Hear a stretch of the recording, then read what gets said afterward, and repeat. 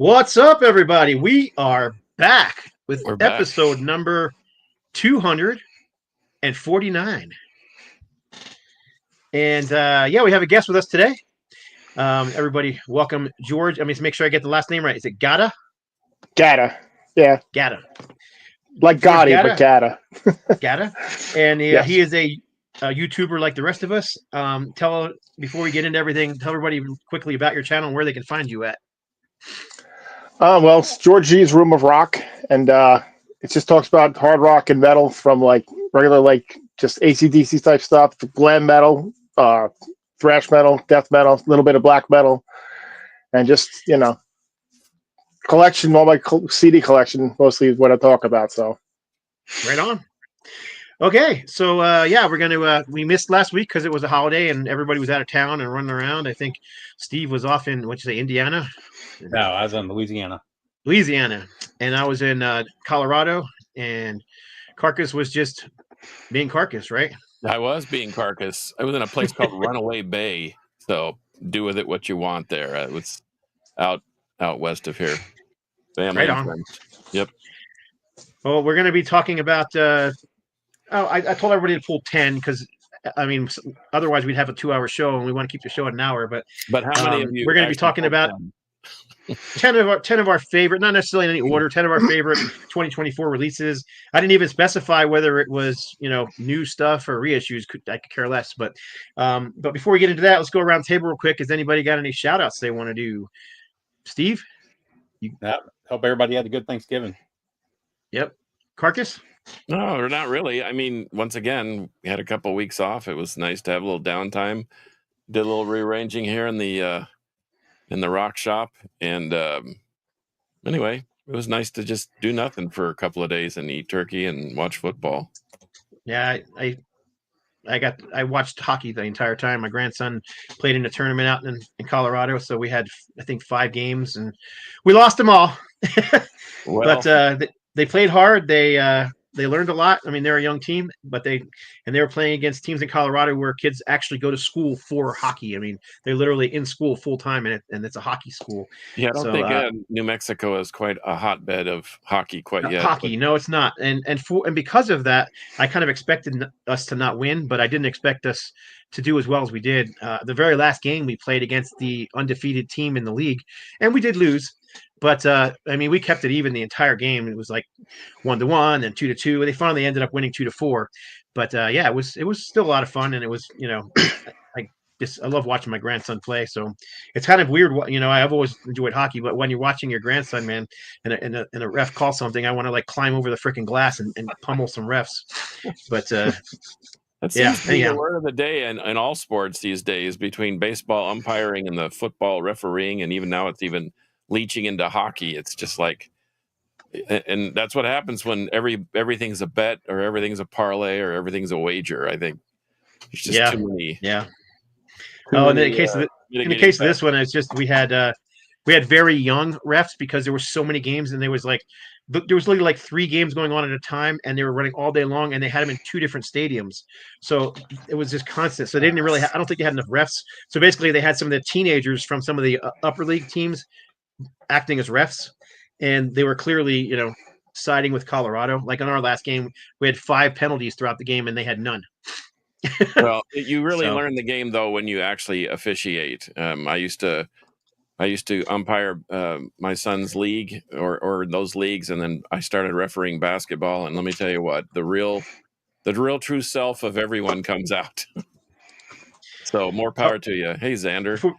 Before we get going, we got Evan Williams here and Tony Clem, Damian Hairmetal, who's almost always here. He's a hardcore watcher. We got Brian McFadden, Metal Overkill, AVJR, and of course, ain't no poser on the king of heavy metal. I would fight him in the parking lot over that title, but I won't, because I'm not a violent man. Right on. Frazier and I go back a long time. Well, I mean, let's get into it. We only have an hour, and we've got lots to show. So we'll just go around the table and start with one. Everybody show one. And Steve, why don't you go first, and then we'll just go clockwise around. So George, you go second. I only pulled new releases for this year. I didn't pull any reissues with the exception of this one. And this I didn't even know was a reissue when I got it. I thought this was a new release, and it's actually one of my favorite releases of the year. But it's Tango and Thrash from Municipal Waste. This was an EP that they did in like 2001 or 2002. It was a 7-inch. They redid it on this 12-inch and added a couple tracks that were from I can't remember if they were from a single or a split. But man, killer artwork, just killer crossover thrash. This may be my favorite Municipal Waste release. I really dig this. But it's Tango and Thrash, so you got all the Tango and Cash connections. So the songs are Escape from New York, Big Trouble in Little China, Captain Wrong, Overboard, Backdraft, and then Tango and Thrash, which is the EP. And then there's 4 other songs on here too. But if you guys haven't grabbed this, highly, highly recommend this. Yeah, one. I second you on that. I actually found a copy, and it's a valuable piece of the Municipal Waste collection for sure. Definitely. Right on. Go ahead, George. What you got for us? All right, so I picked all new releases for this, and fortunately my light went out. I was hoping you can still see me, but I picked the new Bruce one. I got it over here. Bruce Dickinson.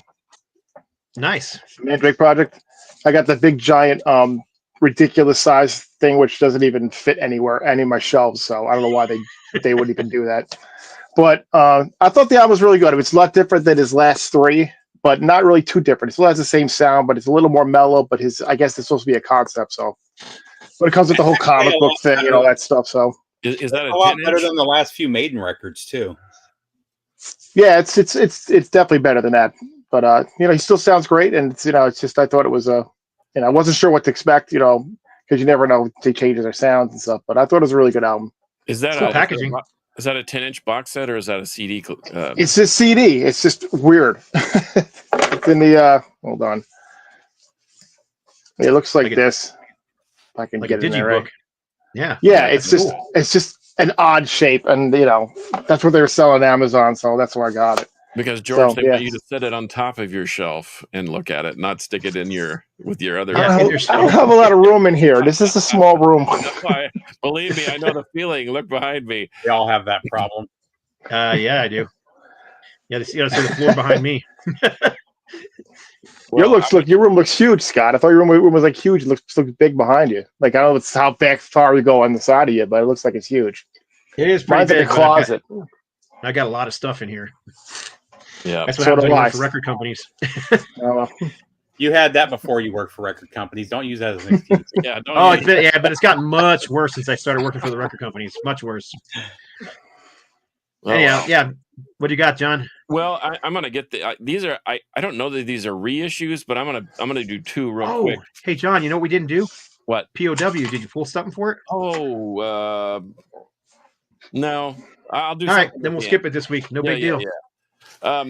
So I ran across this thing, Led Zeppelin, and I had there's a lot of bootleg Led Zeppelin stuff, but this is an actual release. But the reason I thought it was intriguing was because it was recorded. It was a live radio broadcast from the Dallas International Motor Speedway in Lewisville, Texas.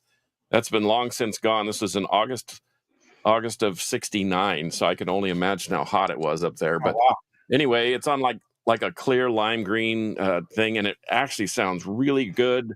They've got Train Kept a Rolling, I Can't Quit You, Babe, Dazed and Confused, You Shook Me, and Communication Breakdown. It's a killer set.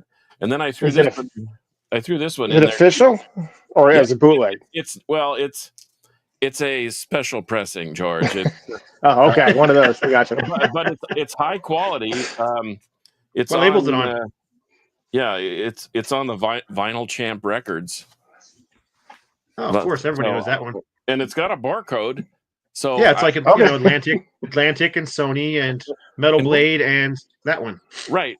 And one thing I've noticed about, especially this last Record Store Day, there are a ton of live recordings from back in the 60s and 70s that popped up.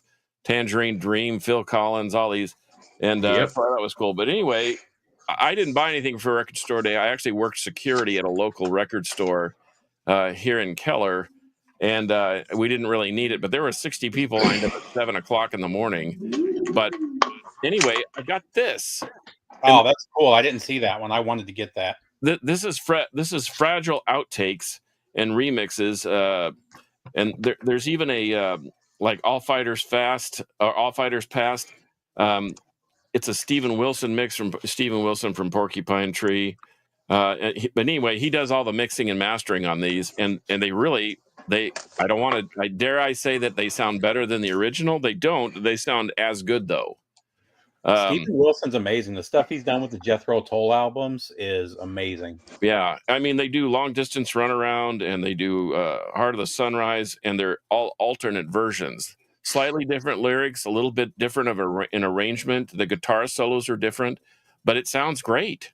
I mean, and I saw this and I thought, I didn't even see it on the list. And when I saw it, this was my payment for working That's very security at Nice. Record Store Day. Steven Yeah, I was a little Steven disappointed. Wilson he What's also did. Steven Wilson also did one of the Opeth albums. I believe it was Damnation that he did a pressing. Yeah. Of. It cost like $200. Yeah, and it sounds phenomenal. Yeah, it's awesome. I was a little disappointed in the Record Store Day Black Friday. There wasn't a whole lot there that I was interested in. This is you this and wanted the Amigo the trailers to it. Devil are the Yeah. only two things I bought. That was it. How much did you Yeah. pay for yours, Steve-O? Because I saw him for as high as 90. Well, I saw him for 95, and I saw him for 120. Nah, this was 79. 79? You got a deal then. That's what I mean. That's what I think. That's what the store I get it from does MSRP. They don't mark anything up. I So I got you. got this, and I got Amigo the Devil, which is I don't even know how to describe him. He's It's like Hank Williams doing Yeah, but rockabilly he's like- music. yeah, it's like country mixed with like psychobilly topics. It's pretty cool stuff. But it's dark. Yeah, no, it is. But there's a lot of comedy in it too. Yeah. So. You know, the sad thing is now that I actually have done a bunch of releases for Record Store Day through the record companies and see what kind of stuff they turn down, it's pretty disappointing. I mean, a matter of fact, for the next Record Store Day coming up in 2025, I happen to know of 8 releases that could have come out that are not coming out because they turned them down. Yeah. It's like, and then the stuff they do take is like, why? But Yeah. anyhow, I don't quite understand how that makes the cut anyway. And I don't know.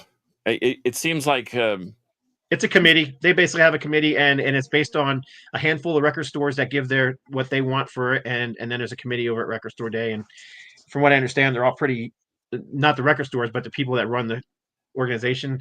It's pretty young group of people.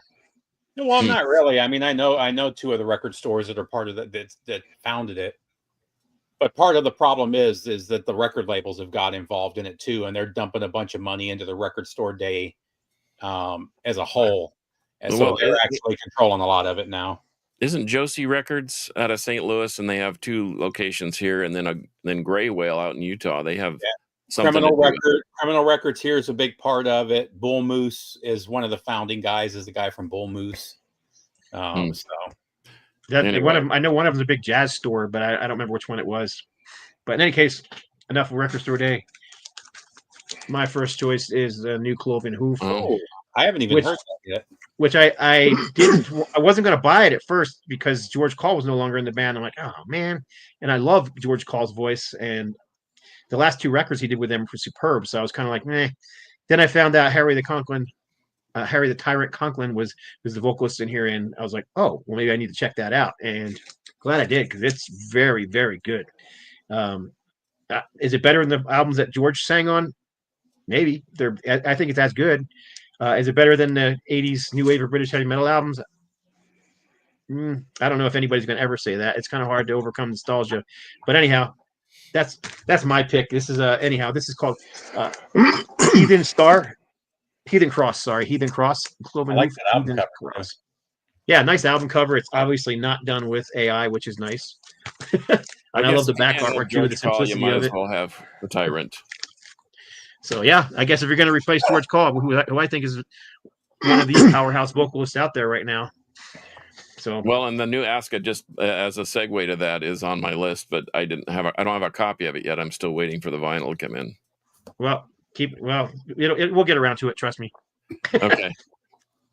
I'm not sure if I talked about this one on here yet, but a lot of people didn't like this band's last couple of albums. I personally loved them. The last album before this was my album of the year 2 or 3 years ago.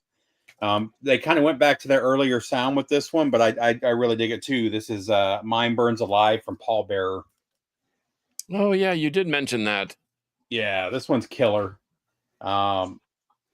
It's just Pallbearer doing what Pallbearer does. If you guys are into doom metal, that's a good place to go. They haven't had a bad album, in my opinion. And like I said, the last album before this was my album of the year. I'm kind of surprised album of the year too. But and I pulled that out a couple times this year to listen to as well. I haven't heard the new Satan yet. Have you? Any of you guys? Nah. I did pick up this one for almost nothing the other day. That's one of those bands that they don't have a bad album. All of their albums are great. All of their side projects are killer. They did Pariah and what's the other one? Blind Fury, is that the other side project they had? Scott, are you still there? No, he's not. Oh, you want to go ahead and George? He's frozen in time. Yeah. Okay. I got what do you call it? Return of the Witchfinder by Attic. You ever heard of Attic? Anyone? No, I don't know him. Well, basically, if you're missing King Diamond, that's what it is. Okay. You can see the singer is right there doing his best King imitation. Of course he is. So they got a few albums out. This is their third one, and it just sounds like King Diamond. Basically, that's what it sounds like, but without actually King Diamond. It's like he's close to it, not quite. But if you're missing that whole King Diamond feel, this is a really good album. So Return of the Witchfinder. So yeah, he's supposed to play here on like that. Them is really good too. Yeah, never heard of it. Yeah, the King is supposed to play here on Friday, and we've debated whether we're going to go. I heard him with. I think I like him better with Merciful Fate, but I've always me too. preferred the Merciful Fate stuff over the King Diamonds. I prefer his vocals on Merciful Fate too, where he does kind of the lower vocals and hits the high notes instead of just high the whole time like he is King Diamond. I think they tuned to a different standard too. Yeah. Yeah, but those two albums have been coming out for years. New Merciful Fate, New King Diamond. Haven't seen anything and haven't heard anything. They keep saying it's coming out, but he doesn't. They don't release anything. He's been touring pretty good for it, but I know he's been sick for years too. So yeah, he lives here in town, and every now and then you'll see him out and about, but very, very rarely. Yeah, usually at a record store, which is not surprising. A tiny guy too. That guy is so small. No wonder he played soccer. Oh yeah, he's tiny. He's got to be what, like 5'6"? He's a little taller than James Rivera, which isn't very tall. Yeah, there you go. So anyway, and they both have voices that are about 15 feet tall. Yeah, that's right. Exactly right. Anyhow, okay. Well, how about this one? Legion of Doom. Anybody? No, I don't know. What is that? This is ironically called The Skull, and shockingly, this is Lothar Keller, Ron Holzner, Henry Vasquez, Scott Little, Carl Egel, Scott Riegers, Eric Wagner does a track. This was the last thing Eric did before he passed away. But this is a compilation of guys from St. Vitus and Spirit Caravan and Corrosion of Conformity. St. Vitus in this general area right there. Yes, I saw that. That's the one that was produced by Don Dokken, right? Which one? That one behind you. 5? Children of Doom. That's the one by Dokken, I think. Children of Doom. Oh, maybe. I love that record. Yeah, it's great. Is it blue? I'm not a Scott Rieger fan. I've always preferred Wino, but I think this is one of their best records right there. Yeah, that one is so good. Is it blue vinyl? Is it a reissue? No, that's the UK pressing. The original UK. Because Henry Vasquez, the drummer for Legion of Doom, St. Vitus, blah blah blah. Name your band. Pentagram now. He put it out on Hankenstein Records, and it was remastered, and it was it sounded incredible. But if you can find this, if you can't, let me know. I can pick you up a copy. I didn't even know about that. This is Trouble meets The Skull meets Corrosion of Conformity meets St. Vitus. This is because it's all the players. And this is how they're going out now. They're going out as Legion of Doom, and they're doing like a full, almost a 2-hour set of all the above. So, cool. Yeah, I'm definitely. If you can find it, check it out. If you can't, let me know, and I can get you copies. Actually, I'm gonna Sorry, guys, my internet just went out for no reason, and there it goes again. Yep, technology. Gotta love it. Where are we? Am I next? Yeah, you're next. Yeah. You didn't miss a beat.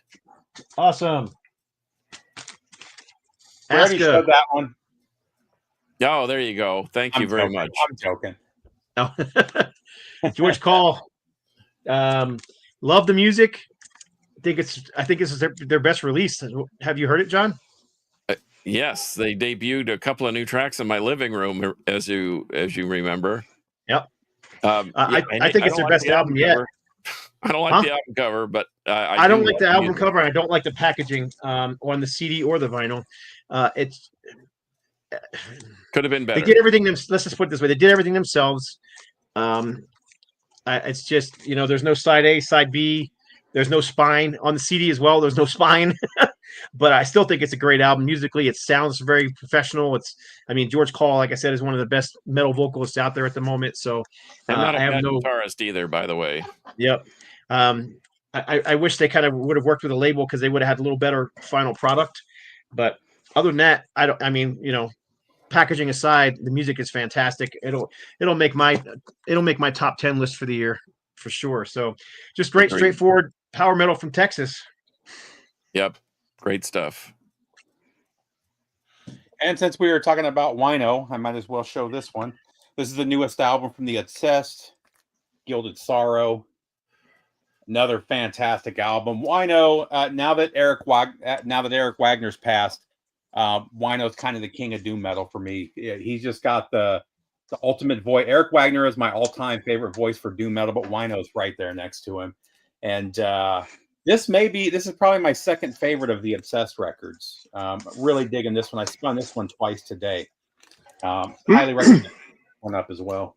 Hey, Steve, just get your seatbelt on because the new Pentagram, Bobby Liebling, now that he's cleaned up and whatever and rehabilitated, so to speak, he's healthy and sounds pretty outstanding. You'll be surprised, pleasantly so. Well, I saw him last year. They sounded really good last year when I saw him. I just wish that Victor was with them. Well, they're a powerhouse right now. They've got Henry and Tony Moore or Tony Reed from Moss Generator, and they sound great. You'll be pleasantly surprised. Yep, George. All right. Well, when you're talking about like doomish stuff, how about Lucifer 5?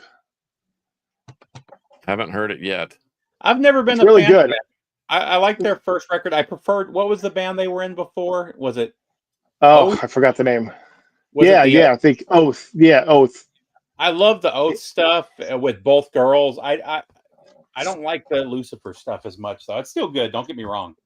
Yeah, this was a little more like they get more commercial as they go on. They're more not as, I guess, doomy or sludgy, I guess, whatever you want to call it. Stoner metal, I guess. But I think her voice is amazing. So, and I only have 2 albums by them, but this one I thought was really top-notch album. So that's me though. But she's really good. There's good songs on it. So good album, good voice. I haven't heard that one yet. There was so many releases this year. It was hard for me to actually pick only 10. Okay. Well, tell me about it. I'm gonna get this out of the way because I know Steve may have it in his stack already. I didn't pull that because it's a reissue, or not a reissue, but a re. Well, I cut it some slack because it's re-recorded. Yeah, it's like a greatest hits, but re-recorded. Man, this thing shreds. I love the original. We've talked about that often, but man, this thing really. It's a 12 out of 10. Yeah, the Cavalera Schizophrenia re-recording, and of course it's got to be on Curacao colored vinyl. But highly recommended. In fact, this will cause you to go back into their. I'm trying to find a good copy of Beneath the Remains and Arise because mine are completely trashed. So anyway, top notch, and we saw them this year. The Bestial Devastation, whatever, and man, it was Morbid Visions thing. Do you think it's better? Do you think it's better than the original? I don't want to say better in a negative kind of way. I can't say yes because I hated that album when I first heard it in like '89. I thought it was raw and I didn't think they sounded good. I thought they sounded amateurish. And now I love it for all those reasons that I used to hate it. It's actually one of my 10 favorite albums of all time, And I was kind of worried when they announced that they were going to redo it. But, man, they did such a great job. I've talked about this before, but one of the funny things about the original was his guitar was out of tune for the whole album. Yeah. And I didn't want them to fix it on the new album, but they did, and it sounds fantastic. So, yeah, So in answering that question, Scott, I would say sonically it sounds brilliant. I think it sounds way better. It's probably technically a better album, but the nostalgia for the original, and it's been a favorite of mine since the mid '90s. So yeah, I agree. Ditto, Steve. I got the first one, the EP, the one Bastille, whatever it's called. I got that one because I didn't get the others, but it sounded great because I never had the original. So I had all the other ones after, but I don't have all three of them are fantastic. And I've got originals of all of them, but I've got original Brazilian pressings of all of them, but Bastille Devastation. But I've got a reissue from Brazil, and man, they did a killer job on all the re-recordings. They're all fantastic. As much as I love original pressings, this is done right. This is this is not haphazard. This is not brick walled. This is super quality, super detail oriented. The only other band that's pulled it off this well is Testament. When Testament did First Strike, Still Deadly. Absolutely. They're the only other band that's pulled it off as well as the Cavalera brothers did with these re-recordings. Yep. Right on. Well, my next one's going to be a big shock to you guys because it's not like I don't ever talk about these guys, but this is the latest Patriarchs in Black full-length album. They also have the EP, which just came out as well this year. The EP is six songs, 5 covers and 1 original. And I love the EP, and I actually was going to show it too, but it's in my car, so I forgot to bring it inside. But yeah, I've just been in love with these. There it is. You can't see it. Yeah, I can't see it mine. I like I just can't get enough of these guys. So basically, you got Dan this year. This was actually released this year too. So this one, this is the new album that came out this year. That one I think was end of 2023, and they have another one coming out in 2025 already. So but basically, we got what was that? That was weird. Dan Lorenzo from Hades, Nonfiction, whatnot, is the guitar player, one of the main songwriters. And then you got Johnny Kelly on drums. So, yeah, Johnny Kelly was in Typo Negative, and didn't he play with Quiet Riot for a while too? Yeah, I do believe. I think so. Yeah, I think he did too. So, and then of course, with all their albums, it's every vocalist is a guest vocalist. So, and they get great vocalists. I don't even know the names of half the guys half the time, but they're always really great. So, I keep wanting him to use because Dan is really close friends with what's his name, Bobby Blitz from Overkill. They've worked together and recorded stuff before, but so I keep wanting him to put Bobby on one of these albums, but hasn't happened yet. So anyhow, yeah, this is the new album. This is called Visioning, Patriarchs in Black. Like the album cover art. Don't like the logo. I like the logo, but I don't know if you can see it here, but it's really bitmappy looking. So yeah. And I know I'm the only one who sits there and nitpicks that artwork, but that's what I do for a living. You're not the only one. But musically, yeah, it's fantastic. I love it and the EP, and I'm really hoping that next year after the new album comes out, that because they have a ton more of covers that they've done that they'll release, that they'll allow us to release a full length of all cover songs on CD and vinyl. But we'll see. That's a possibility for the future. Adam, I know you're going to have this one. Yeah. So we got the return after what, 25 years of. There it is. Man, sorry. I was kind of hesitant to buy it because I didn't think it was going to be that good after 25 years. But man, they killed it. This is fantastic. They nailed it. Yeah, it's a great album. Where they left off, and what was 89 or 88 their last record? Something like that, yeah. But yeah, man, fantastic. Love the artwork. Just a killer album. Really dug this one. I've been playing this one a lot this year. Yep. I mean, if you like thrash, it's a great album. I can't have it in the house because it's got a clown on it. Are you afraid of clowns or somebody else? Somebody else. He married you? Yeah, the clownophobia married me. Sorry, babe. I'm letting out all your dark secrets. You're up, George. New Hammerfall. I almost pulled that one. I haven't. I thought this one was way better than the last one, in my opinion. I thought it was really, really done well because sometimes their albums kind of hit or miss, but they're all sound distinct. Not they sound the same, but sometimes just a little better than others. I thought this one was really good, more return to form for them. But what can you say about Hammerfall? They're just like I heard Hammerfall described as Manowar with thinner arms.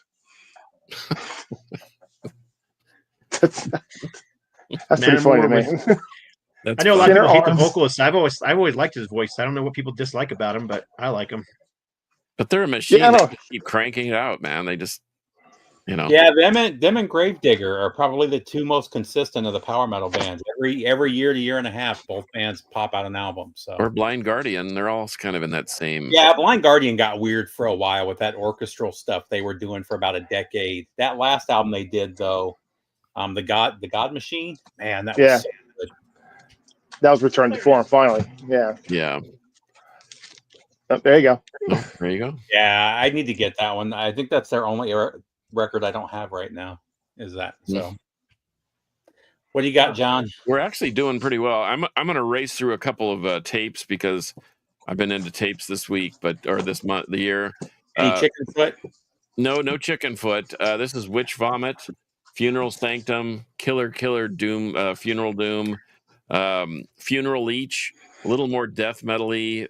This is a great release. The Illusion of Time, Hyperdontia, one of my favorite new bands, and I've been playing them a lot on the Crypt on my 128 dB rock radio show. This is Deranged. They also released a full-length.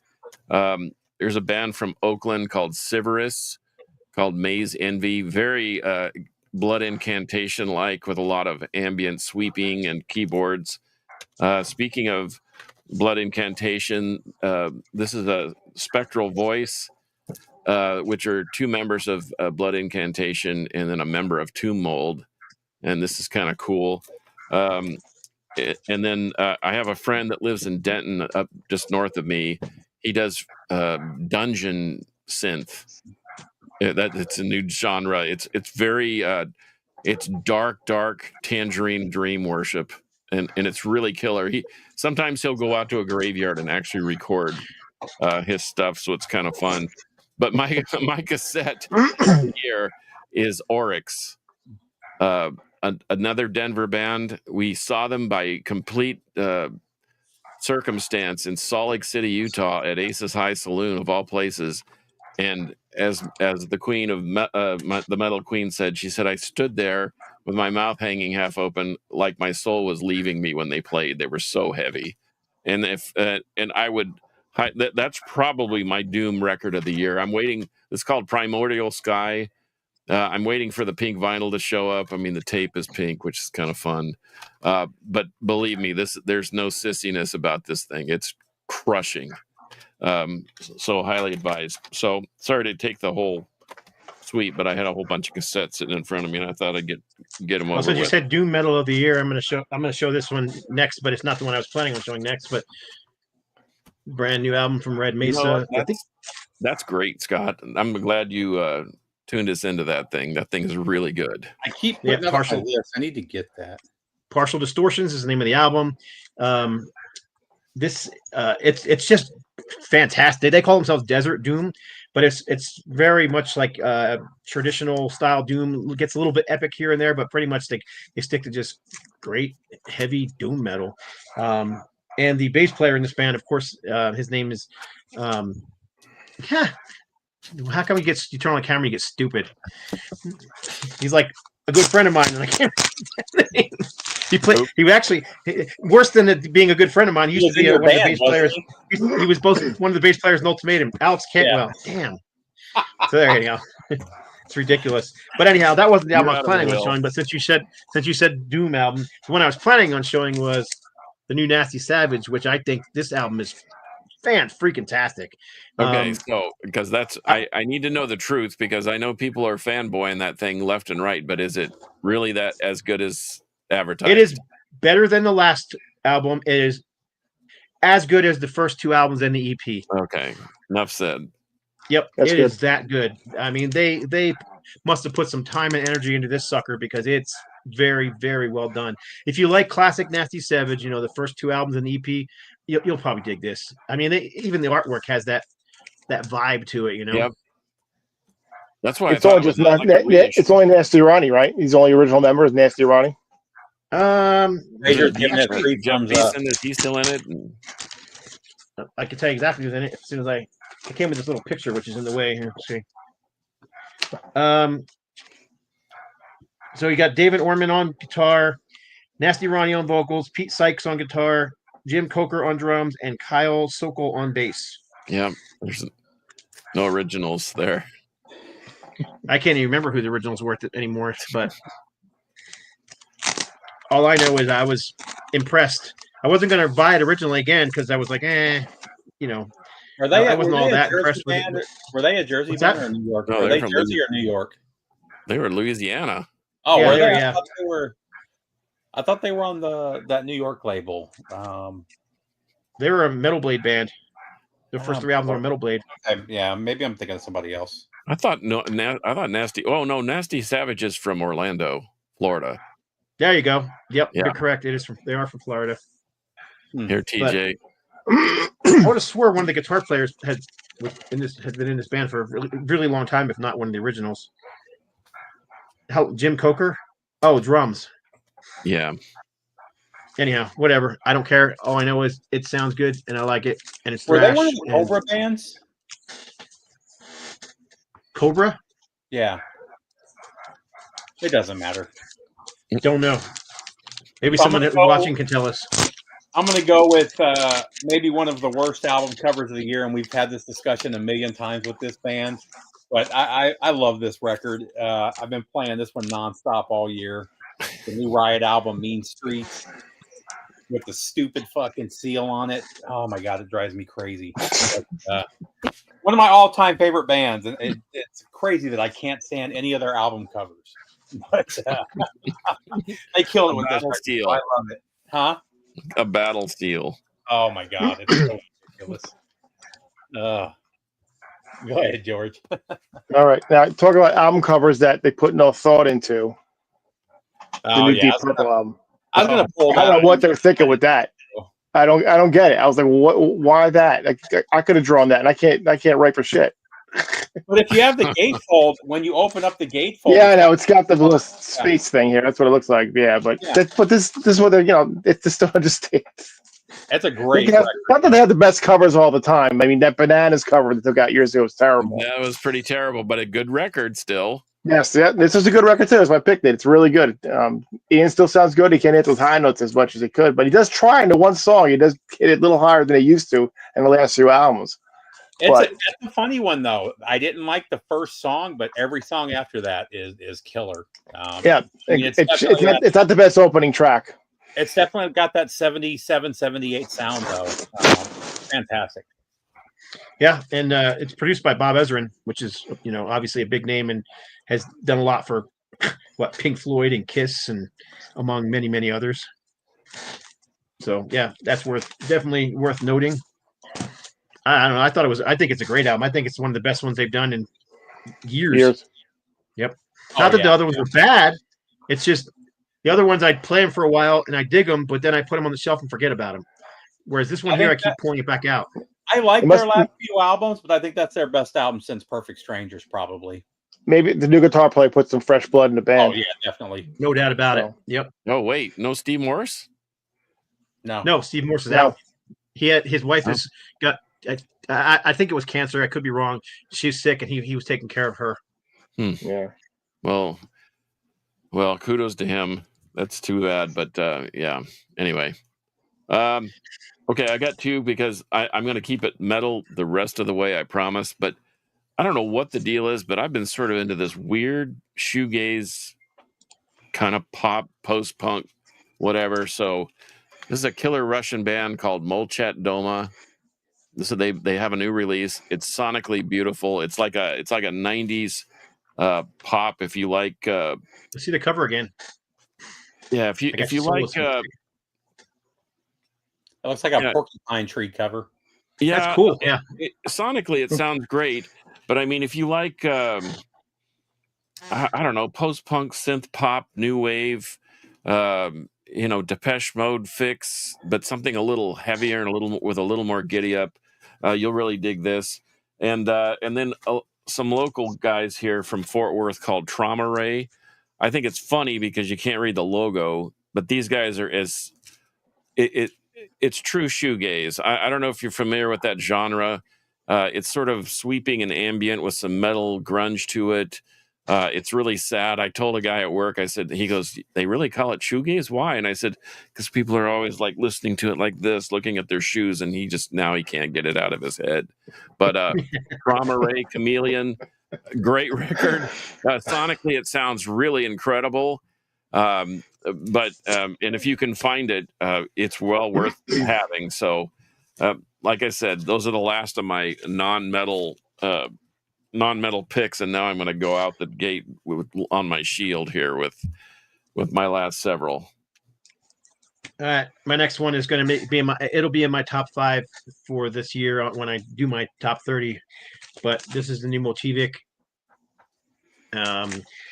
Renouncement, absolutely one of the best thrash albums of the year. This is my second favorite album of the year. This album is superb. I mean, it's thrash metal, but it's unique. It doesn't sound like rehashed thrash metal. That is their old demos, which is great. But yeah, this thing is just fantastic. It really is one of my favorite albums of the year.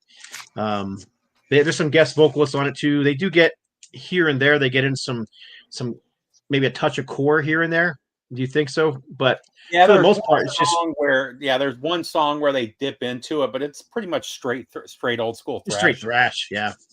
But it's unique. There's something unique about it, and I love the cover song on here. Is just freaking awesome. That they do a cover of Betrayal's Renouncement, which is what the name of the album is, and they smoke the original, and I love the original. So, yeah, great album, great cover art, cool photo of the band on the back too. I can't criticize this artwork or this layout because I did it. You did it. I'm surprised you're not going to criticize it more. Did you get the apostrophe in the right place this time? I'm just kidding. I tried. I tried. So, I mean, this band has been putting out an album every 6 months or so since I think 2018, and I love them all. I still play this one at least once every couple of weeks, but this is the newest from Haunt and Trevor Church, Dreamers. Just another fantastic new wave of traditional metal band. If you guys are into that old school early 80s metal, definitely check out Haunt. And he's kind of a one man band again. Yeah, he's kind of like I can't even think of the there it is. He records everything himself, though. He'll bring another drummer every once in a while. He's got his touring band, but this is just Trevor Church. Yep. I can't get into his vocals.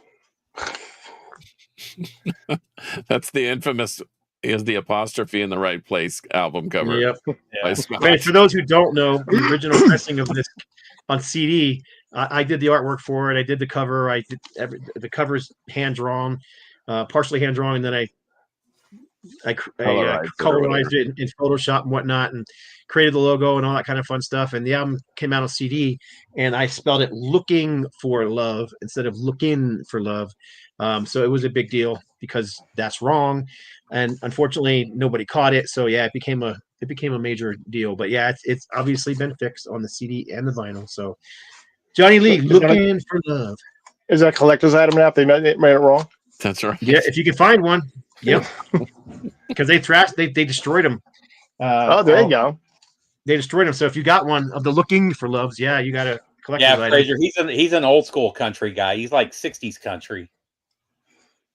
Yeah, he was popular in the 80s too because he was part of that. What was that film called that he was in? Urban Cowboy, right? Urban Cowboy.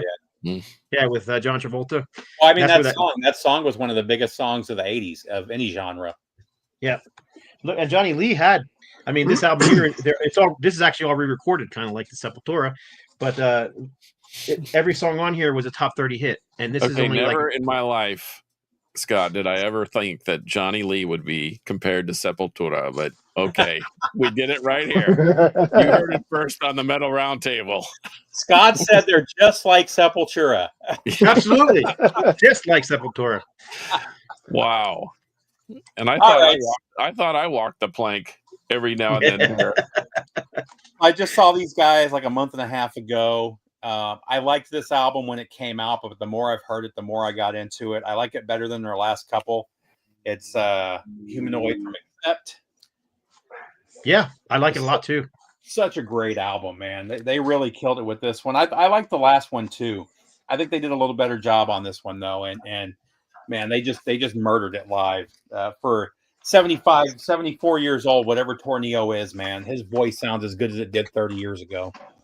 I'm a little irritated by the fact that the album is called Humanoid, and the album cover and the name of the album looks very similar to Primal's Hugh Machine. So, it's a little disturbing to me. But he's not especially in here today, is he? Especially knowing that Glenn Rogers and Glenn today, for friends. Yeah, he's not. I haven't seen him in here today yet. Yeah, but anyhow, sorry. Go ahead, George. All right, we all showed that Atrophy album where they put out album 30 years ago, and they finally put that one out. This band did the same thing. Well, Morbid Saint. Oh yeah, right. This thing is relentless from start to finish. Yeah. I mean, it just pounds you in the head the whole way, all of itself. But I think it's a great one, though. I mean, it's not the same as the other ones too, but it's a little. I think it's just the production is just a lot more modern, really. But they didn't break stride at all, man. That thing is a killer record.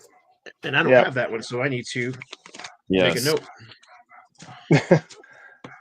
I gotta watch this again, take lots of notes. I don't know half the ones you got show, but I gotta check them out now. So my wife will love that. More stuff coming in the house. Yeah.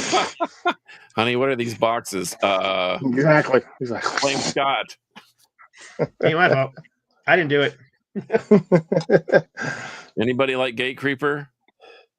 Oh wow. Gate Creeper Dark Superstitions? Yeah, new album. I didn't know they had a new album. It's on purple vinyl, and it once again they got a little weird their last album, I thought, and this is a return to their first two. This thing really it reminds me of early Entombed a little bit, but anyway, can't go wrong. It's a good one. Dark Superstition, Gate Creeper. Nice. Cool. Oh, I'm next. I'm not even paying attention. Okay. I got three more, by the way. Yeah, I got. How about? I just pulled a pile, and I'm just showing some. They're not in any order, and I just love all these records. So yeah. But how about the new Ruthless? The Fallen. That one out yet. Ruthless are actually. You have the advantage of releasing all these killer records, and they just kind of stack up in the corner. So I have to go digging. Now this one I had nothing to do with them. Although I did go see the album release party out in California, because Primal was opening up for them, and they were also. It was a good show. In any case, they're actually touring right now. They're out touring I think they're touring throughout Europe with who are they with? Yeah, I can't remember who. Jag Panzer. They're with Jag Panzer, touring out in Europe right now. So, but in any case, yeah, it's a great album. I never saw Ruthless as a thrash band, and I still don't see them as a thrash band. They kind of straddle the fence between classic Judas Priest style heavy metal and thrash. So I've always called them U.S. power metal. Much like say Metal Church or Reverend or Heretic, that kind of stuff. And that's what you get here too, or even Primal. So they're kind of similar to that band too. So vocals are obviously different than Primal. Primal's got more of a high-pitched, clean sound. These guys are a little less that. But yeah, great album from these guys. again, I wish I could have helped out with the artwork a little bit, but gigantic type on the back. But anyhow, great cover. I do like the cover art. So, and my copy's signed. Isn't that special? Someone scribbled on your picture. Someone did scribble on it, but yeah, I went to the album release party for that one, so it was a good time. So this album is kind of an album from 2023, 2022, and 2021. But and Scott will know what I mean. You got Ritual Servant, Elvis, Mendicium. So they released 4 EPs, once a quarter. What was it? 2 years ago? 3 years ago? Yeah, it took almost 2 years to release all the 7-inch singles. So then they put out the CD last year of everything, and then they finally released it this year to vinyl. And I like their first album better. Their first album was more straight up thrash. This is kind of a thrash metal. I still really dig it though, and it definitely sounds better as a whole than it did in the as each single being released every quarter or whatever it was. But still, one of my favorites of the year. I've been playing this one a lot too. Been playing a lot the last few years as they came out. Interesting enough, the lead guitar player on that album is actually the same lead guitar player that played on this album, Ryan. He actually usually watches the show. I haven't seen him up here today, but yeah, Ryan is the main guy in this band.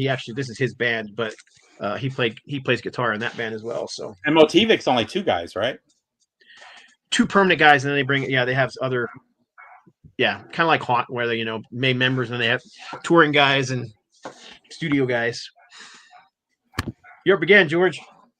All right. This band has, I think the last 3 albums have been fantastic, and this one, it's just as good.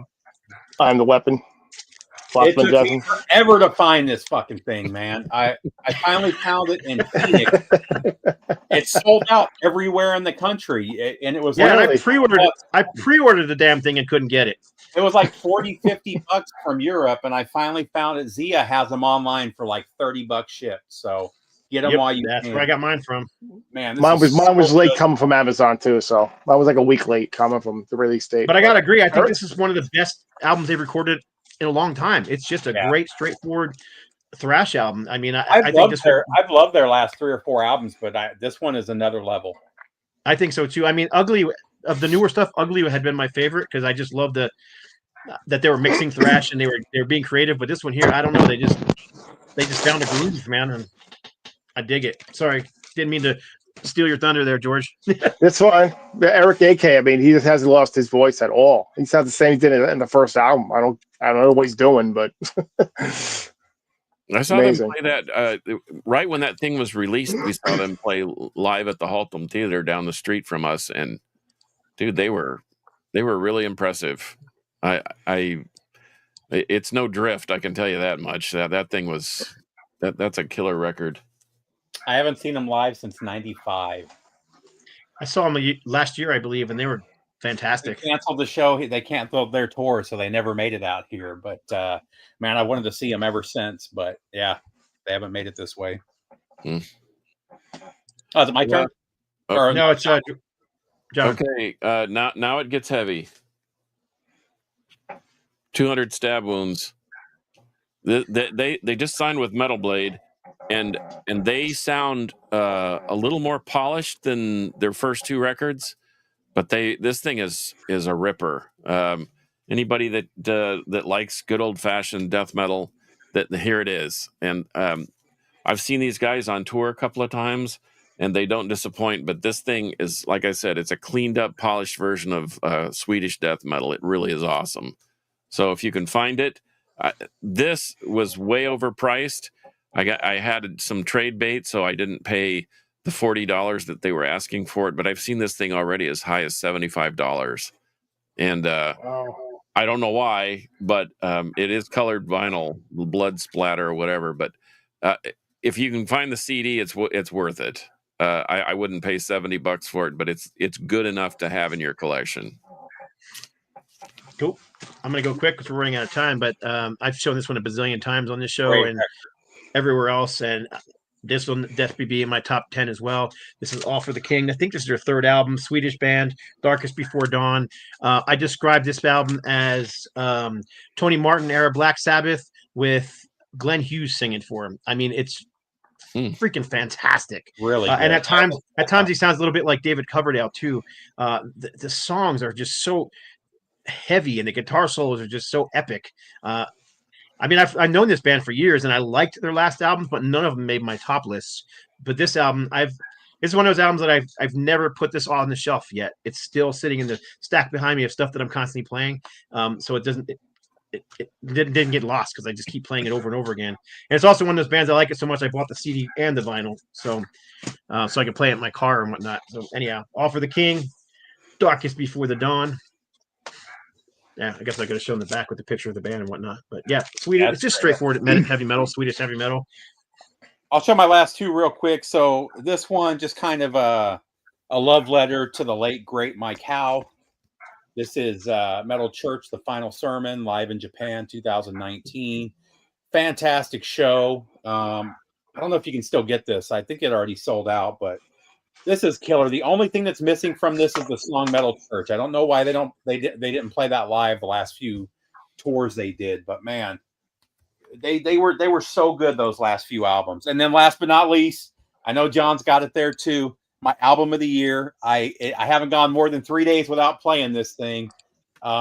This is a 15 out of 10 record. This thing is so good. Have you grabbed this yet, Scott? Nope, not yet. Man, you're missing out.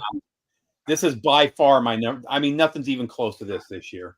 And I bought the box set to segue with what you said. I bought the box set, and it has an album that they released last year in that they recorded with members of Tangerine Dream, and it's all ambient stuff. It's called The Gate. All the Gates Open, and it's droning like their Time Wave Zero stuff that everyone hates except for me and you.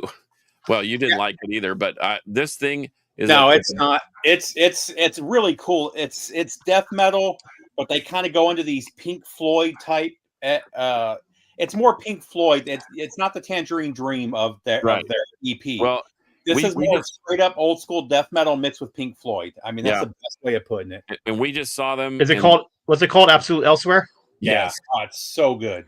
That's a no-brainer. We saw them live, and they performed for an hour and a half without taking a break, without any banter about politics or whatever. It was just so killer. I mean, it was so good. And we actually did something that we don't normally do. Usually when we go to a metal show, we sit down near the front and mix it up a little bit in the pit. And we sat kind of elevated in a balcony, and it was just the perfect place to be. But anyway, so yes. You're up again, George. All right, I'll show my list here real quick. This one, New Black Country Communion. To me, this is what I haven't heard that one yet. This is what I think Greta Van Fleet wish they could be. Not a big fan of Greta Van Fleet, but Glenn Hughes still sounds great. He's in his 70s. I mean, I don't know how he does it either, but definitely recommend this one. And then, of course, the last one is The New Priest. Oh man, I forgot all about that. I love The New Priest. It's great. So, yeah. That came in March. Yeah. I meant to pull it. It's actually sitting right there. I didn't grab it. I pulled it, but wow. I want to do a big quick plug for this too, because I've been listening to this a lot this year. That's a great band. Just killer. Yeah. This is 2005 or 6, right? Both their first two records are Rob Caldwell knocked it out of the park on that one. I mean, he just the CD sounded good when I first got it. I mean, it wasn't horrible, but I don't know what the heck he did. But man, that thing just sounds a million times better than the original CD. It sounds like 1987 to me. That's what that record sounds like. I love it. All right, I'll show my last couple. I got one more. John's got one more. I got one more. Okay, John, I'll go last. And unfortunately for Rob Caldwell, it's not Ozric Tentacles. They didn't release anything this year. Ed or Seaweed or Merv Pepler or Joy Hinton, they didn't release anything. But maybe next year. But I can't criticize the artwork either because I did it. But this new Rotting Corpse, and once again, this is a Rob Caldwell-esque style of mastering. So good. It really does. And I had all the original demo tapes because I was right in the middle of the scene when it was all happening. And I'm telling you what, man, this looks like this sounds like that it was a new release. And it doesn't sound like demos at all. I mean, No. it sounds like it was professionally done in the studio.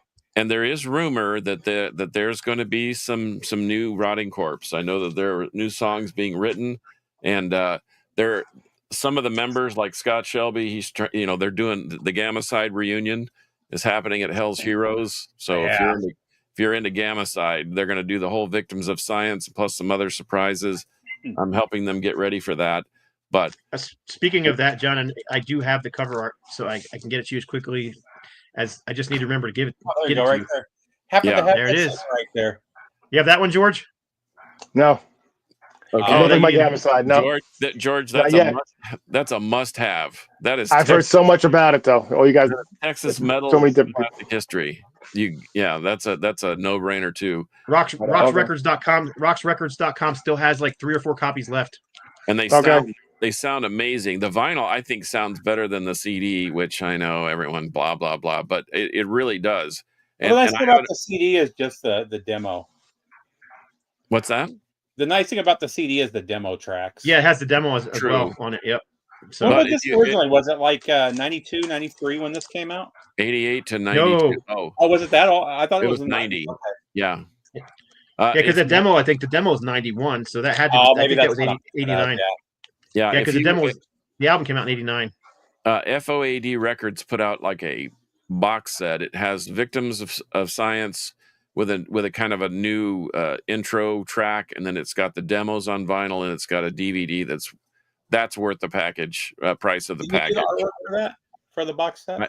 I did the spinners, and Rick and I put together this mock-up of the Gamma Side skull, and we took 262 pictures of it in different lighting, and he finally took him 3 months to make a decision, but I think he made the right one.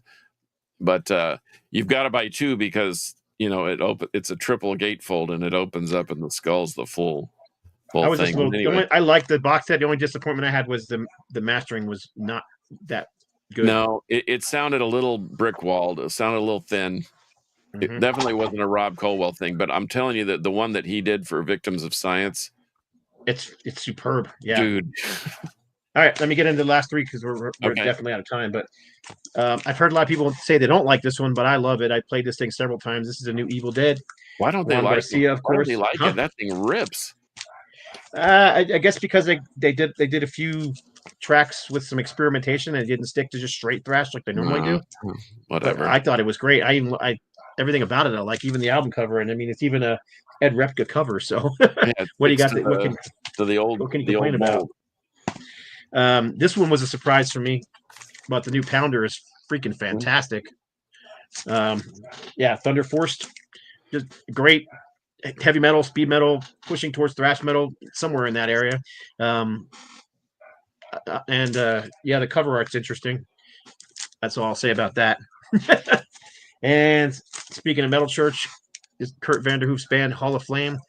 This is the second album from Hall of Flame, and I was shocked how much I like this one. I wasn't expecting much because the first Hall of Flame was okay. Haven't listened to it in years because it came out back in the 90s. But this album is superb. Highly recommended if you're into, especially the first couple Metal Church albums. It's just straightforward metal. I mean, there you go. You can kind of get a picture in the back here. Like I said, it's produced by Kurt Vanderhoof. It's written by Kurt Vanderhoof, and he does of course, he plays all the guitar and everything on here. So, Hall of Flame, Amplifier. And last one, Savage Wisdom. Oh, yeah. I forgot about that. The third album, Who's Laughing Now? So, I can't get rid of it. Here you go. So, Santa Fe band. Another one where the band is doing everything themselves. Unfortunately, I wish they would. I've tried to get them to sign with a label, but they want to do everything themselves. So it's unfortunately kind of hard to find this. I had 10 copies on No Light to Metal Records, and they disappeared like in just a couple days. So, but yeah, it's really good. It's not available on vinyl, only available on CD. So, anyhow, that's some of the ones that I picked up. Anybody else got anything else before we? Well, I was gonna say Avenger of Blood, but I don't know if they've released it yet, so I couldn't say that it was a release for this year. The Unraveling EP is a ripper too. They have certainly returned to form. If this one had been released this year, it probably would have been my number one, but it's not out yet. Yeah. The new Iron Jaw is I usually I listen to a test pressing twice, once at a loud volume, once at a lower volume to check and see if I like it or everything sounds good and everything. But this is one test pressing that I've played this thing like 15 times already. So, but yeah, the new Iron Jaw is going to kick ass when it comes out in 2025. No one talked about this one yet. Oh, yeah, that's a good one too. The new Saxon. Never missed a beat either. So yeah, I still haven't. Yeah, that's a great one. I saw some of the. Here you go. That's funny because look. Right there. Poor Saxon. Poor Saxon. I saw him on the tour too, and that was a 10 out of 10 show with Uriah Heep, but I still haven't bought. I've got the shirt for that album, but I don't have the album. So you can't wear it then, right? I can't fit it, and I'm too fat right now. Oh, okay. Oh well. It's post Thanksgiving. At least we're honest here. Yeah, Thanksgiving was brutal. I think I must have put on 8 pounds in a day. Well, we went out of town the weekend before, so we were partying all weekend. We came back Monday and left Monday night for Louisiana, and I spent a week drinking and eating with my family. So any trip to Louisiana means you're automatically going to put on 10 to 15 pounds. Period. End of story. Did they have the deep fried turkey? Yeah, we did a deep fried turkey. We did a turducken. And then we were at full on Cajun meals every night other than that as well. So okay. Well, before we go real quick, I got it. This is good news. Forebode will release a full length album in 2025. That's awesome. Yep. Love to work with you guys, TJ. If you're interested, I mean, I have several labels I work with, so we can. If you're interested, let me know. But I'll break a couple other things that nobody knows about yet. The first Anger is Art album that's been out of print and sells for stupid money just for the silly CD is going to be coming out again on CD and vinyl. Original album cover, but we're going to actually use their logo because this is the only album that doesn't have the logo on it. But yeah, this is going to be coming out in 2025. You mentioned S.A. Slayer. Yeah, they're playing Hell's Heroes next year too as well. With Jason McMaster singing. Yeah, with McMaster on vocals, which is going to be killer as well. Yep. And then the other one that's coming out in hasn't been announced yet, so you guys will hear it here first. Is Flotsam and Jetsam's High is coming out remastered on CD and vinyl, and it will be a Record Store Day release. So that's the only way you'll be able to get it on Record Store Day. I think Quattro is the only one they haven't done now, huh?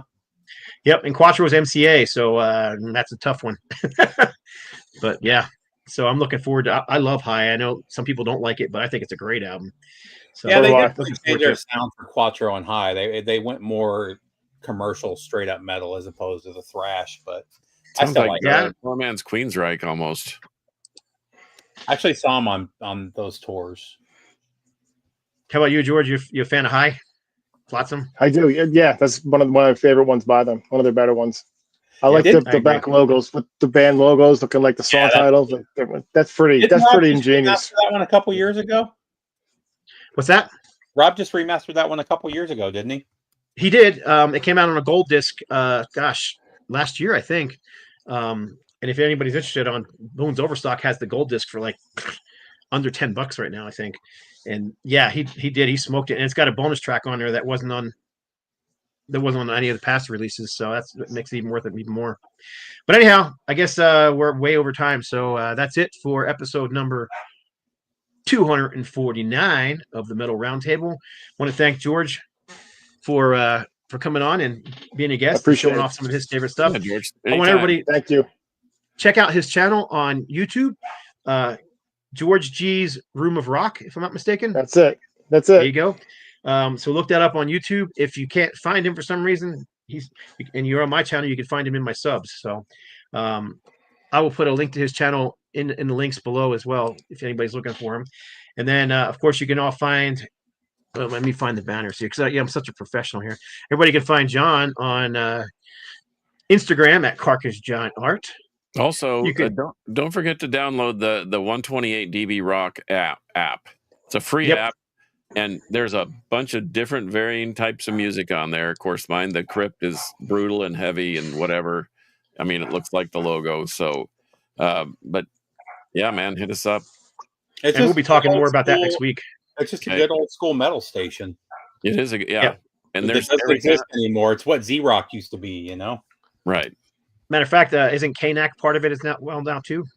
Yeah, there's a couple of guys from KNEC on that thing, and I don't know, man. It's cool. They've got a little bit of everything. They've got the hair metal for guys like Rob Colwell. They've got the thrash, and I do basically heavy music, but we have a triple thrash threat. I have Carcass John's Crusty Corner, the Queen's Chopping Block, which is super, super heavy, but we're just having fun and playing music. We're not really. It's more rock and less talk, is what I describe it as. But, and we'll be talking about that a lot more next week in Yeah. our 250th episode when Rob returns. Everybody, you can find Steve on YouTube at Harmless Rebel 868. You can find me on Instagram at No Life to Metal. You can find me on YouTube at Scott Waters or No Life to Metal. Just do a search, you'll find me on there. And that's it. So you guys all know how we do this at the end, right? So let's do it. Metal will prevail. And this is where I leave you all hanging, looking stupid while I search for the ending part. There we go.